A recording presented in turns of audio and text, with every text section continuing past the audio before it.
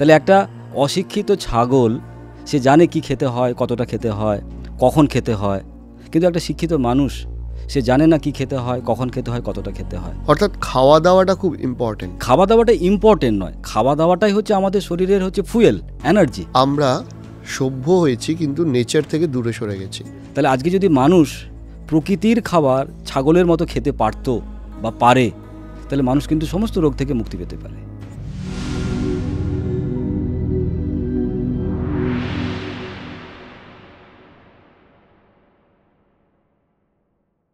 এখন না মানুষের বহু সমস্যা, এই সমস্যা মানে যে শুধু বড় বড় যে রোগগুলো হচ্ছে স্ট্রোক, হার্ট অ্যাটাক, এগুলো না, প্রচুর মানুষের, ইনফ্যাক্ট যারা কম বয়স্ক তাদেরও দৈনন্দিন বেশ কিছু সমস্যা। কারোর হজম হয় না, কারোর ঠিক করে ঘুম হয় না, কারোর গ্যাসের সমস্যা।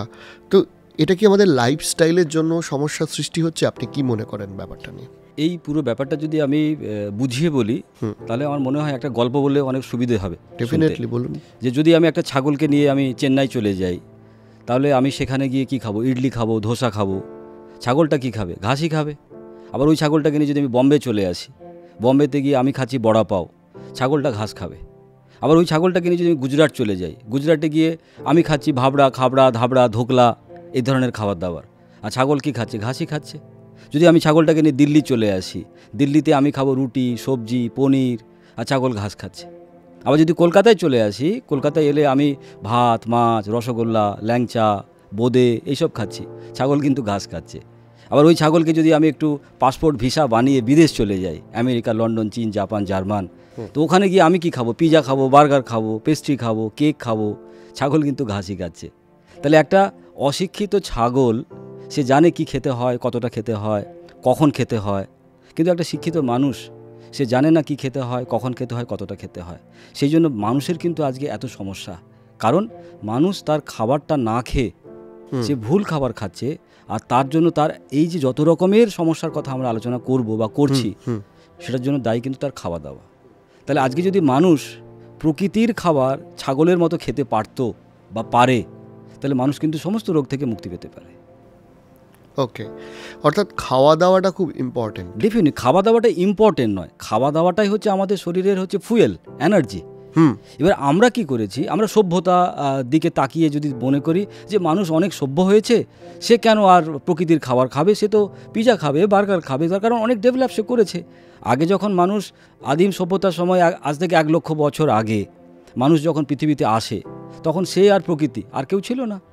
তারপরে মানুষ তার বুদ্ধি দিয়ে ঘর বানিয়েছে, বাড়ি বানিয়েছে, রাস্তাঘাট বানিয়েছে, গাড়ি বানিয়েছে, সে অনেক রকম ধরনের টিভি, মোবাইল ফোন, আজকের দিনে হেলিকপ্টার, এরোপ্লেন, সমস্ত কিছু বানিয়ে ফেলেছে। এবং মানুষ মনে করছে যে আমি তো অনেক উন্নত হয়ে গেছি, অনেক সভ্য হয়ে গেছি। কিন্তু এই যে সমস্ত সভ্যতার কথা আমরা বলছি, এই সমস্ত সভ্যতা কিন্তু শরীরের বাইরে, শরীরের ভেতরে কিন্তু কোনো সভ্যতার আঁচ পৌঁছয়নি। কারণ 1 লক্ষ বছর আগে মানুষের হৃৎপিণ্ড যেভাবে কাজ করতো, আজ 1 লক্ষ বছর পরে মানুষের হৃৎপিণ্ড সেভাবেই কাজ করছে। মানুষের যেভাবে রক্ত সংবহন কাজ করতো, চলতো, চলাফেরা করতো, যেভাবে ফুসফুস কাজ করতো, যেভাবে লিভার কাজ করতো, একই রকমভাবে কাজ করছে।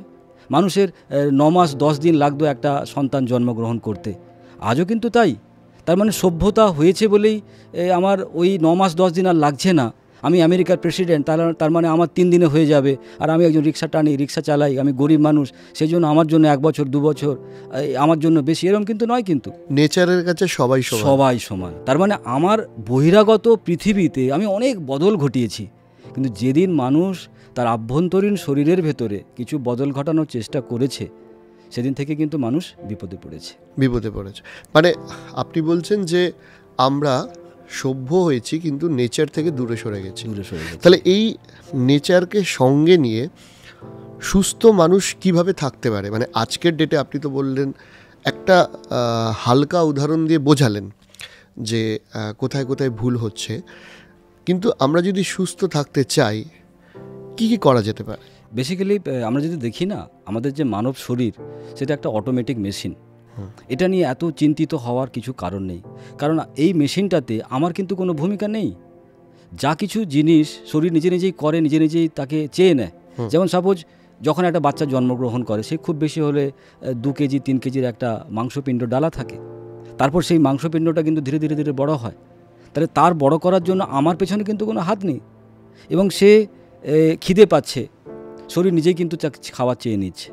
শরীরে ঘুম পাচ্ছে, শরীর কিন্তু নিজেই বলছে আমার ঘুম পাচ্ছে। শরীরে জল তেষ্টা পাচ্ছে, শরীর নিজে চেয়ে নিচ্ছে। শরীরের হাই উঠছে, শরীরের টয়লেট পাচ্ছে, শরীর কিন্তু নিজে বলছে এই আমাকে টয়লেটে নিয়ে চলো। আমি যদি আমার শরীরটাকে দেখি, এটা কিন্তু একটা অটোমেটিক মেশিন। এই শরীরে আমার কিন্তু কিছু করার নেই। শরীর যে চাহিদা, সেই চাহিদাটাকে পূরণ করাই আমার কাজ। যদি আমি শরীরের চাহিদা পূরণ না করি তাহলে কি হবে? তাহলেই আমি শরীর খারাপ হবে। এবার এটা কিন্তু কোনো শরীর খারাপ না। আমার জল তেষ্টা পাচ্ছে, জল খেলাম না। আমার টয়লেট পাচ্ছে, আমি টয়লেট গেলাম না। একটা ছোটো বাচ্চাকে তার মা সকালবেলা হয়তো তুলে দিয়েছে, যা তুই টয়লেট চলে যা, তোকে স্কুলে যেতে হবে। এবার ও ছেলেটা সকালবেলা ঘুম থেকে উঠে টয়লেট গিয়ে বসে আছে, তো টয়লেট পাচ্ছে না তখন। এবার মা বলছে তাড়াতাড়ি কর, স্কুল বাস চলে আসবে বাবু। এবার ছোটো ছেলেটা সকালবেলা পাউরুটি দুধ কলা খেয়ে স্কুলের বাসে চড়ে উঠেছে। এবার স্কুলের বাসে যখন সে চড়েছে তখন তার হয়তো টয়লেট পেয়েছে। কিন্তু সভ্য মানুষ সে কী করবে? তাকে বলা হয়েছে তুমি কিন্তু বাসে টয়লেট করতে পারবে না। এবার ও স্কুলে পৌঁছে গেছে, হাত উঠিয়ে বলছে may I go to toilet. Madam বলছে তুমি তো এক্ষুনি এলে, তুমি কি টয়লেট যাবে? এখন বসো চুপ করে, ক্লাস হবে। ছেলেটা কিন্তু চুপ করে ভদ্র সেজে বসে আছে। তাহলে এই যে তার ভদ্র সাজা, এই যে টয়লেটে না যাওয়া, আবার যখন সে স্কুল ছুটির পরে বাড়ি চলে এসেছে তখন খেলতে খেলতে ভুলে গেছে। ঠিক একই রকমভাবে পরের দিন সকালবেলা আবার ওই একই ব্যাপার, টয়লেটটা তার হলো না। তাহলে এই যে টয়লেটটা তার হলো না 2 দিন 3 দিন, তারপরে কি তার পেটে ব্যথা হবে, তার মাথার যন্ত্রণা হবে, তার জ্বর আসতে পারে, তার ঘুম না হতে পারে। তখন তার মা তাকে ডাক্তারের কাছে নিয়ে পৌঁছেছে, বলছে ডাক্তারবাবু আমার ছেলেটার কিন্তু টয়লেট হচ্ছে না, ওর কনস্টিপেশনের প্রবলেম। ডাক্তারবাবু মাথা নেড়ে বলছে ইয়েস, ওকে একটা ওষুধ দিয়ে দিচ্ছি আমরা। তাহলে এটা কি তার ওষুধ খাওয়ার প্রবলেম ছিল না তার লাইফস্টাইলের প্রবলেম ছিল? তার মানে বডির নির্দেশ সে মানেনি। বডির নির্দেশ তোমাকে জল খেতে হবে, বডির নির্দেশ তোমাকে খাওয়া খেতে হবে। তুমি খাওয়া খাবে না, তোমার শরীরে স্টারভেশন শুরু হবে। তুমি জল খাবে না, তোমার বডি শুকিয়ে যাবে। তোমার টয়লেট পাবে, তোমাকে যেতে হবে, নাহলে তোমার শরীরে টক্সিন বেড়ে যাবে। তোমার ঘুম পাচ্ছে, তুমি ঘুমোচ্ছ না। এবার তুমি বলছো আমার ইনসোমিনিয়া প্রবলেম। আরে ইনসোমিনিয়া প্রবলেম কেন?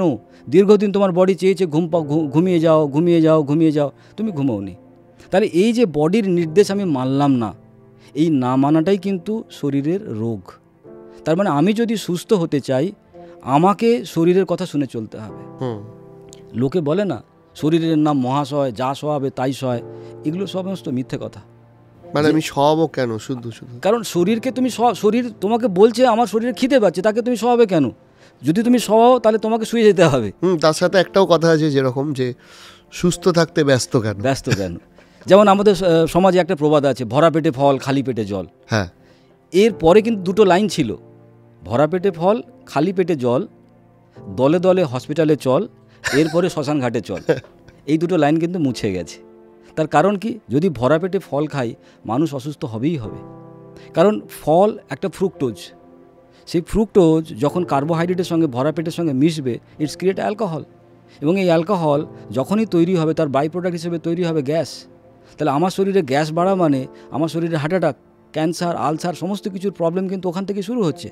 তাহলে আমি যদি ভরা পেটে ফল খাই তাহলে আমাকে ডেফিনেটলি হসপিটালে যেতেই হবে, ডেফিনেটলি আমার শরীর খারাপ হবে। তার মানে এটা ছিল ভরপেট ফল, ভরা পেটে ফল নয়। তাহলে এরকম বহু প্রবাদ আমাদেরকে রোজ অসুস্থ করে, ভুল শেখাচ্ছে।